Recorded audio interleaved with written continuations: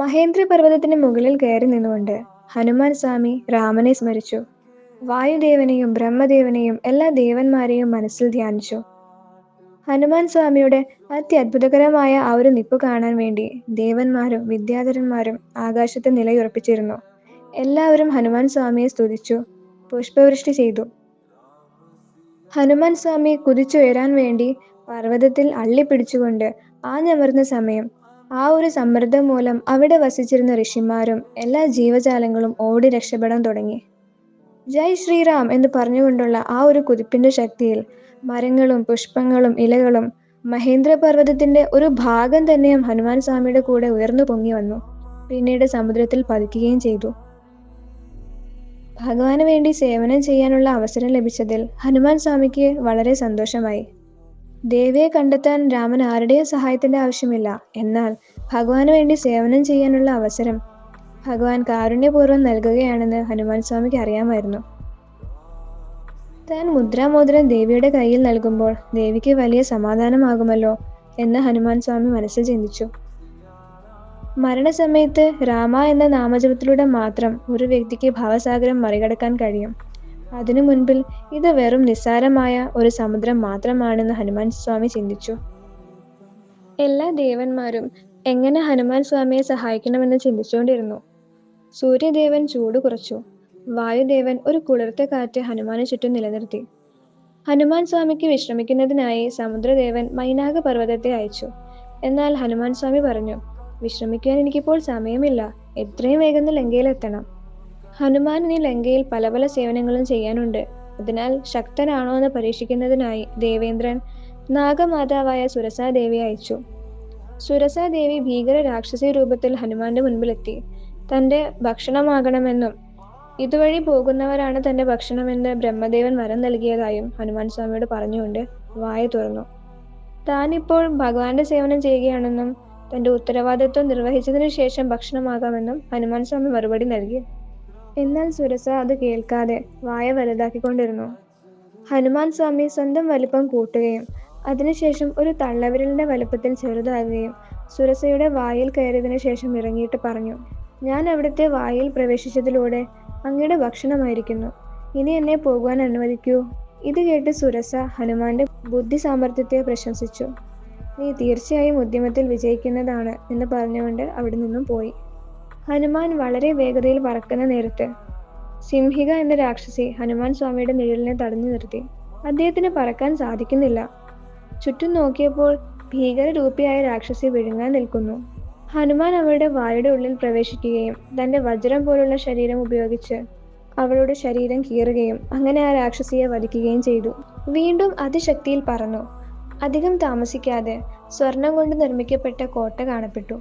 കോട്ടയെ സംരക്ഷിക്കുന്ന കവാടങ്ങൾ ചുറ്റുമുണ്ട്. കവാടത്തിന് മുകളിൽ രാക്ഷസന്മാർ കാവൽ നിൽക്കുന്നു. ഹനുമാൻ സ്വാമി ചുറ്റും കറങ്ങിക്കൊണ്ട് വീക്ഷിച്ചു. ത്രികുടാചല പർവ്വതത്തിന് മുകളിലായാണ് ലങ്ക സ്ഥിതി ചെയ്യുന്നത്. പ്രവേശന കവാടത്തിന് ചുറ്റുമായി അതിനെ സംരക്ഷിക്കുന്ന തടാകം ചുറ്റുമുണ്ട്. അതിനുള്ളിലായി ധാരാളം വെള്ള നിറത്തിലുള്ള കൊട്ടാരങ്ങൾ കാണാൻ കഴിഞ്ഞു. അവയുടെ എല്ലാം കവാടം സ്വർണം കൊണ്ട് നിർമ്മിച്ചവയായിരുന്നു. മനോഹരമായ ഉദ്യാനങ്ങൾ, ദേവലോകത്തിന്റെ പ്രൗഢി അവിടെ കാണപ്പെട്ടു. സൂര്യാസ്തമയം വരെ ഹനുമാൻ സ്വാമി കാത്തിരുന്നു. എന്നിട്ട് ചെറിയ കുരങ്ങിന്റെ രൂപത്തിൽ ഉള്ളിലുള്ള ഓരോ കൊട്ടാരങ്ങളിലും ദേവിയെ അന്വേഷിക്കാമെന്ന് തീരുമാനിച്ചു. അപ്പോഴേക്കും ലങ്ക കവാടത്തിന്റെ കാവൽക്കാരിയായ ലങ്കിനി ഗർജിച്ചുകൊണ്ട് ഹനുമാൻ സ്വാമിയുടെ മുൻപിലെത്തി. നീ ആരാണ്? ഞാനാണ് ഇതിന്റെ കാവൽക്കാരി. എന്നെ മറികടന്ന് ആർക്കും ഉള്ളിൽ കയറാൻ കഴിയുകയില്ല. ഞാൻ എന്തായാലും പ്രവേശിക്കുമെന്നായി ഹനുമാൻ സ്വാമി. അപ്പോൾ അവൾ ആഞ്ഞൊരടി കൊടുത്തു. ഹനുമാൻ സ്വാമിക്ക് അത് ഏഷ്യത് പോലുമില്ല. ദേഷ്യത്തോടെ ഹനുമാൻ സ്വാമി മുഷ്ടി ചുരുട്ടി ഒരു ഇടി കൊടുത്തു. രാക്ഷസി അതോടെ ബോധം കെട്ട് നിലത്തു വീണു. ബോധം വന്നപ്പോൾ അവൾ പറഞ്ഞു, എന്നോട് ക്ഷമിക്കണം. ബ്രഹ്മദേവൻ പറഞ്ഞിരുന്നു, എന്നാണോ ഒരു വാനരനാൽ പ്രഹരമേൽക്കുന്നത് അപ്പോൾ രാക്ഷസ കുലത്തിന്റെ നാശം സമാഗമാകുമെന്ന്. രാവണന്റെയും രാക്ഷസ കുലത്തിന്റെയും അന്ത്യം അടുത്തിരിക്കുന്നു എന്ന് പറഞ്ഞ് രാക്ഷസി അപ്രത്യക്ഷമായി. ഹനുമാൻ സ്വാമി ഒരു ചെറിയ പൂച്ചയുടെ വലിപ്പമുള്ള കുരങ്ങിന്റെ രൂപത്തിൽ ഓരോ കൊട്ടാരങ്ങളുടെയും കവാടങ്ങളിലൂടെ ചാടി ചാടി ഉള്ളിൽ പ്രവേശിച്ചുകൊണ്ട് എല്ലായിടത്തും ദേവിയെ അന്വേഷിച്ചു. ഓരോ വീടുകൾക്കും സ്ഫടികത്തിന്റെ കവാടമായിരുന്നു. വരാന്തകളാകട്ടെ രത്നം കൊണ്ട് നിർമ്മിക്കപ്പെട്ടവയും. ഓരോ വീടുകളിലും രാക്ഷസന്മാർ രാവണന്റെ സ്തുതികൾ പാടിക്കൊണ്ടിരുന്നു. ചില രാക്ഷസർ ശാസ്ത്രം പഠിക്കുന്നു, ചിലർ വേദമന്ത്രങ്ങൾ ഉരുവിട്ടുകൊണ്ടിരിക്കുന്നു. ഒടുവിൽ ത്രികുടാചലത്തിന്റെ ഏറ്റവും മധ്യത്തിലായുള്ള രാവണന്റെ കൊട്ടാരത്തിൽ ഹനുമാൻ സ്വാമി എത്തിച്ചേർന്നു. 1,00,000 രാക്ഷസർ കൊട്ടാരത്തിന് കാവൽ നിന്നിരുന്നു. അതിന് ചുറ്റുമുള്ള താമരപ്പൂക്കളുടെയും മുല്ലപ്പൂക്കളുടെയും തടാകം നീന്തിക്കടന്ന് കൊട്ടാരത്തിനകത്ത് പ്രവേശിച്ചു. ഉള്ളിലുള്ള മുറികളിൽ പല്ലക്കുകൾ, വിമാനങ്ങൾ, കുതിരകൾ, ആനകൾ എന്നിവ രത്നങ്ങളാൽ അലങ്കരിച്ച് കാണപ്പെട്ടു. 7 നിലകളുള്ള രാവണന്റെ കൊട്ടാരത്തിലെ ഓരോ നിലകളിലും ഹനുമാൻ സ്വാമി സീതാദേവിയെ അന്വേഷിച്ചു. ഒടുവിൽ ഏറ്റവും ഉള്ളിലായി രാവണന്റെ 1 യോജന നീളവും 6 കിലോമീറ്ററോളം വീതിയും വരുന്ന മണിമാളികയിൽ ആയിരക്കണക്കിന് സുന്ദരിമാരെ കണ്ടു. സ്വർഗീയ സംഗീതം എങ്ങും ഒഴുകിക്കൊണ്ടിരുന്നു. മയിലുകൾ, അരയന്നങ്ങൾ, പല വർണ്ണങ്ങളിൽ ഉള്ള പക്ഷികൾ എല്ലാം കാണപ്പെട്ടു. ശക്തരായ രാക്ഷസർ കാവൽ നിൽക്കുന്നുണ്ടായിരുന്നു. ഉള്ളിലുള്ള ഓരോ മുറികളിലും രാവണന്റെ ഭാര്യമാർ അപ്സരസുകളെ പോലെ സൗന്ദര്യമുള്ളവർ. എല്ലാവരെയും രാവണൻ പലയിടങ്ങളിൽ നിന്നും തട്ടിക്കൊണ്ടുവന്നവരായിരുന്നു. എല്ലാവരും രാവണനുമായി കാമകേളികളിൽ ഏർപ്പെട്ട ശേഷം അർദ്ധനഗ്നാവസ്ഥയിൽ മയങ്ങുകയാണ്. അതീവ സുന്ദരമായ ഊഞ്ഞാൽ പോലെ തൂക്കിയിട്ടിരിക്കുന്ന കട്ടിലിൽ താമരപ്പൂക്കൾ കൊണ്ടും ചുവന്ന അശോക പുഷ്പങ്ങൾ കൊണ്ടും അലങ്കരിച്ചിരിക്കുന്നു. അതിനു മുകളിലായി ആനയെപ്പോലെ കൂർക്കം വലിച്ച് ഉറങ്ങിക്കൊണ്ടിരിക്കുന്ന രാവണനെ ഹനുമാൻ സ്വാമി ആദ്യമായി കണ്ടു. രാവണന്റെ പാദത്തിന് ചുറ്റും അതീവ സുന്ദരിമാരായ സ്ത്രീകൾ പല പല വാദ്യോപകരണങ്ങളുമായി പല ദിശകളിൽ വീണുറങ്ങിക്കൊണ്ടിരിക്കുന്നു. പക്ഷെ അവരുടെ കൂടെ ഒന്നും സീതാദേവി ഇല്ല എന്ന് ഹനുമാൻ സ്വാമിക്ക് മനസ്സിലായി.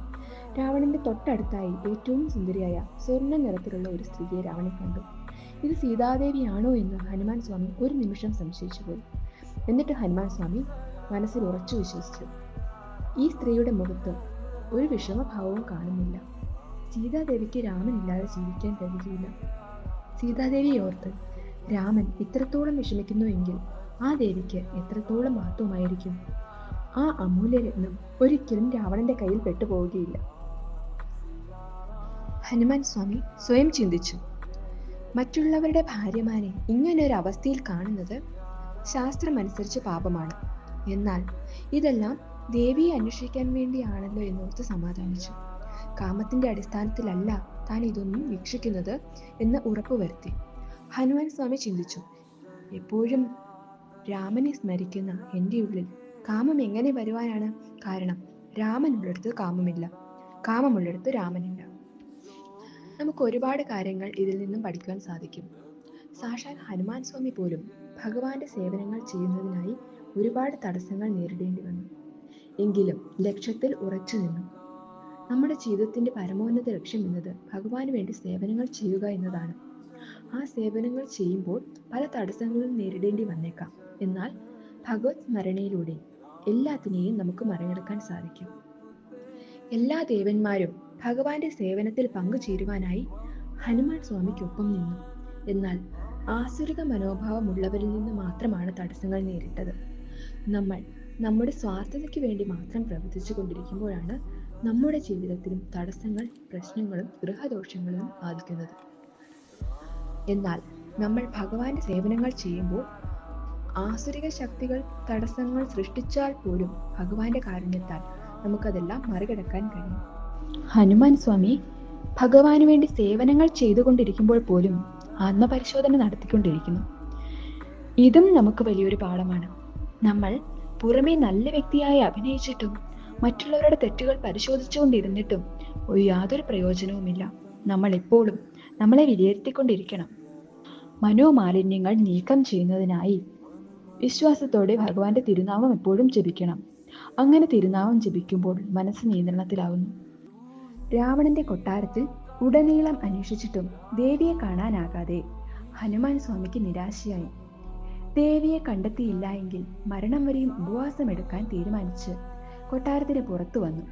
കൊട്ടാരത്തിന് ചുറ്റുമുള്ള വലിയ ഉദ്യാനത്തിന്റെ മതിലിന് മുകളിൽ ഇരുന്നു കൊണ്ട് രാമനെ സ്മരിച്ചു. ഇവിടെയെങ്കിലും ദേവിയെ കണ്ടെത്താൻ സാധിക്കണമേ എന്ന് പ്രാർത്ഥിച്ചു. ഹനുമാൻ സ്വാമിയുടെ ഉള്ളിൽ വലിയ പ്രതീക്ഷ കൈവന്നു. മതിലിന് മുകളിൽ ഇരുന്നു കൊണ്ട് ഉദ്യാനത്തെ വീക്ഷിച്ചുകൊണ്ടിരുന്നു. പുഷ്പത്തിന്റെ സുഗന്ധം എങ്ങും അലയടിച്ചു. ചില മരങ്ങൾ സ്വർണത്തിൻ്റെത്, ചിലവ വെള്ളിയുടേത്. എല്ലാ മരത്തിലും പുഷ്പങ്ങളും ഫലങ്ങളും, നിറയെ മനോഹരമായ പക്ഷികളും.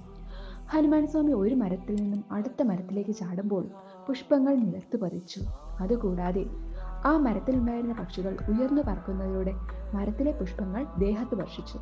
ഏറ്റവും ഉയരമുള്ള മരത്തിനു മുകളിൽ കയറി നോക്കിയപ്പോൾ കുറച്ച് ദൂരെയായി ഒരു അമ്പലവും ചുറ്റും അശോക വൃക്ഷങ്ങളും നിൽക്കുന്നത് കണ്ടു. അമ്പലത്തിന് പുറത്തായി മരച്ചുവട്ടിൽ രാക്ഷസിമാരാൽ ചുറ്റപ്പെട്ട ഒരു സ്ത്രീയെ ഹനുമാൻ സ്വാമി കണ്ടു. ഹനുമാൻ സ്വാമി മരത്തിനു മുകളിലൂടെ ചാടി ഏകദേശം അടുത്തെത്തി. നോക്കിയപ്പോൾ ഋഷിമൂകാചലത്തിൽ വെച്ച് രാവണൻ തട്ടിക്കൊണ്ടു പോയപ്പോൾ കണ്ടിരുന്ന അതേ മഞ്ഞ നിറത്തിലുള്ള വസ്ത്രം തന്നെയാണ് വേഷം. എന്നാൽ വസ്ത്രം മുഴുവൻ അഴുക്ക്. മഴ പെയ്യുന്നത് പോലെ കണ്ണുനീർ വന്നുകൊണ്ടേയിരിക്കുന്നു. ഇതിൽ നിന്നും ഒരു കാര്യം വ്യക്തമായി. ദേവി രാമനെ പിരിഞ്ഞ ശേഷം കുളിച്ചിട്ടില്ല, ആഹാരം കഴിച്ചിട്ടില്ല, ഉറങ്ങിയിട്ടില്ല. എന്നിട്ടും അതീവ സുന്ദരി. ഇത് തന്നെ സീതാദേവി എന്ന് ഹനുമാൻ ഉള്ളിൽ ഉറപ്പിച്ചു. ചുറ്റുമുള്ള രാക്ഷസിമാരെല്ലാം വിരൂപകളായിരുന്നു. നേരം വെളുക്കാറായി. രാവണൻ ഉണർന്ന ഉടൻ സർവാഭരണ വിഭൂഷിതനായി നൂറുകണക്കിന് സുന്ദരിമാരായ സ്ത്രീകളോടും വാദ്യഘോഷങ്ങളോടും കൂടി അവിടെ എത്തിച്ചേർന്നു. ദേവി രാവണനെ കണ്ടു വിറയ്ക്കുവാൻ തുടങ്ങി. രാവണൻ പറഞ്ഞു, നീ ഭയപ്പെടേണ്ട, ഞാൻ നിന്റെ ദാസനാകുന്നതിന് വേണ്ടിയാണ് വന്നിരിക്കുന്നത്. എന്നോടൊപ്പം ജീവിതം ആസ്വദിക്കൂ, ആ രാമനെ മറക്കൂ. ദേവി ദേഷ്യത്താൽ മുഖം തിരിച്ചു. തനിക്ക് നളകുബേരന്മാരുടെ ശാപമില്ലായിരുന്നുവെങ്കിൽ എന്നേ സീതയെ സ്വന്തമാക്കാമായിരുന്നു എന്ന് രാവണൻ ചിന്തിച്ചു. എന്നിട്ട് പല മധുരവാക്കുകളും പറഞ്ഞ് പ്രലോഭിപ്പിക്കുവാൻ ശ്രമിച്ചു. ദേവി പറഞ്ഞു, നിന്റെ നാശം അധികം ദൂരെയല്ല. എന്നെ തിരിച്ചേൽപ്പിക്കൂ. രാമലക്ഷ്മണന്മാർ സിംഹത്തെ പോലെയാണ്, നീ വെറും നായയെ പോലെയും. എന്റെ പാതിവൃത്യം ഒന്നിനാൽ മാത്രം നിന്നെ ഭസ്മീകരിക്കാൻ എനിക്ക് കഴിയും. എന്നാൽ നിന്നെപ്പോലെ ഒരു നീചന് വേണ്ടി എന്റെ തപോബലം കളയുവാൻ ഞാൻ ഒരുക്കമല്ല. രാവണൻ വീണ്ടും നിരാശനായി. രാക്ഷസിമാരോട് ദേവിയുടെ മനസ്സ് മാറ്റുന്നതിനുള്ള നിർദ്ദേശങ്ങൾ നൽകിയ ശേഷം അടങ്ങി.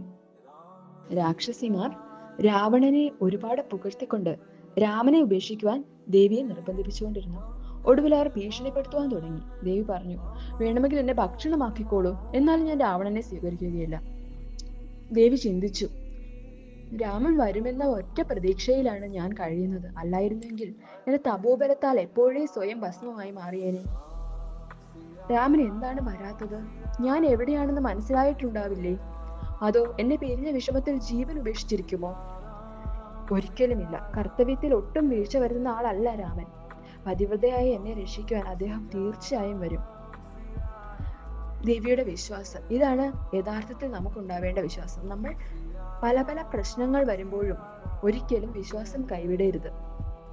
ഈ സമയത്ത് ത്രിജട എന്ന രാക്ഷസി സീതാദേവിയുടെ അടുത്തെത്തി വാനരന്മാർ ലങ്ക തകർക്കുന്നതും രാവണന്റെ നാശവും സ്വപ്നത്തിൽ കണ്ടു എന്നും അതിതേജസ്സോടെ രാമനെ സ്വപ്നത്തിൽ കണ്ടു എന്നും പറഞ്ഞ് ദേവിയെ ആശ്വസിപ്പിച്ചു. എങ്ങനെയാണോ സീതാദേവിയെ രാവണനും രാവണന്റെ ദാസരായ രാക്ഷസിമാരും ചേർന്ന് പ്രലോഭിപ്പിച്ചുകൊണ്ടിരിക്കുന്നത്, അതേപോലെ നമ്മുടെ ജീവിതത്തിലും പല കാര്യങ്ങളും ഭഗവത് കാര്യങ്ങളിൽ നിന്നും അകന്നു നിൽക്കാൻ പല സാഹചര്യങ്ങളും നമ്മളെ പല രീതിയിൽ നിർബന്ധിപ്പിക്കും. ഇത് മായാലോകമാണ്. നമ്മൾ കലിയുഗത്തിലെ ഭാരതഖണ്ഡത്തിലാണ് താമസിക്കുന്നത്. അതുകൂടാതെ നമ്മൾ പല പല ക്ലേശങ്ങളും അനുഭവിച്ചുകൊണ്ടിരിക്കുന്നു. രജോ ഗുണത്തിലും തമോ ഗുണത്തിലുമുള്ള വ്യക്തികൾ നമ്മെ ഉയരാൻ ഒരിക്കലും അനുവദിക്കാതെ താഴോട്ട് വലിച്ചുകൊണ്ടിരിക്കുന്നു. ഇതിൽ നിന്നും രക്ഷപ്പെടാൻ സീതാദേവിയുടെ അതേ മനോഭാവത്തോടുകൂടി നമ്മൾ ഇരിക്കേണ്ടതുണ്ട്. ദേവി രാമനില്ലാതെ തൃപ്തിപ്പെടാൻ തയ്യാറേ അല്ലായിരുന്നു. അങ്ങനെയുള്ള ദേവിയെ രക്ഷിക്കുവാനാണ് ഭഗവാൻ ഹനുമാൻ സ്വാമിയെ ദൂതനായി അയച്ചത്. രാവണൻ പല ദേവന്മാരുടെയും പത്നിമാരെ തട്ടിക്കൊണ്ടു പോയിരുന്നു. എന്നാൽ അവരെല്ലാം രാവണനെ തന്റെ പതിയായി സ്വീകരിച്ച് സ്വന്തം ഭർത്താവിനെ മറന്നുകൊണ്ട് സുഖഭോഗങ്ങളിൽ ആസക്തരായി ജീവിച്ചു. എന്നാൽ അവരും സീതാദേവിയെപ്പോലെ ഒരു നിലപാടെടുത്തിരുന്നുവെങ്കിൽ സീതാദേവിയെ രക്ഷിക്കുവാൻ ഭഗവാൻ എത്തുമ്പോൾ അവർക്കും രക്ഷപ്പെടുവാൻ ഒരു അവസരം ലഭിക്കുമായിരുന്നു. അതുപോലെ നമ്മളും നമ്മുടെ യഥാർത്ഥ ഭർത്താവായ ഭഗവാനെ മറന്ന് ഭൗതിക ലോകത്തിൽ മുഴുകി ജീവിക്കുകയാണ്. എന്നിട്ട് നമ്മൾ തന്നെ ഭഗവാനെ കുറ്റപ്പെടുത്തുന്നു. എന്തുകൊണ്ടാണ് നമ്മുടെ അവസ്ഥ ഇങ്ങനെയായത് എന്ന്. നമ്മുടെ അവസ്ഥ യഥാർത്ഥത്തിൽ ഇങ്ങനെയാകുന്നതിനുള്ള കാരണം ഭഗവാന്റെ ദാസരായി നമ്മൾ ചെയ്യേണ്ടതായ ഭഗവാന്റെ സേവനം ചെയ്യാതിരിക്കുന്നതാണ്. അതിനുള്ള അവസരം കിട്ടിയപ്പോഴെല്ലാം നമ്മൾ പൊന്മാന്റെ പിന്നാലെ പോയി. പല പ്രാവശ്യങ്ങളായി നമ്മൾ എടുത്ത തെറ്റായ തീരുമാനങ്ങൾ മൂലം ഭഗവാന്റെ സേവനം ചെയ്യുന്നതിനുള്ള അവസരം ലഭിക്കുവാനുള്ള നമ്മുടെ യോഗ്യത നഷ്ടപ്പെട്ടിരിക്കുന്നു. രാവണനാകട്ടെ അർഹിക്കാത്തതാണ് ആഗ്രഹിക്കുന്നത്. നമ്മളെല്ലാവരും രാവണന്റെ വീക്ഷണത്തിലൂടെയാണ് എല്ലാത്തിനെയും കാണുന്നത്. അതായത് എല്ലാം ഭഗവാന്റേതാണ്, എന്നിട്ടും എല്ലാത്തിനെയും നമ്മുടെ പരിധിയിൽ വരുത്തുവാൻ നമ്മൾ ശ്രമിക്കുകയാണ്. ഇനിയെങ്കിലും നമ്മുടെ ഈ മനോഭാവം മാറ്റുകയും ഭഗവാന് വേണ്ടി ജീവിക്കുവാൻ പഠിക്കുകയും ചെയ്യുന്നതാണ് നമുക്ക് ഏറ്റവും അഭികാമ്യമായിട്ടുള്ളത്.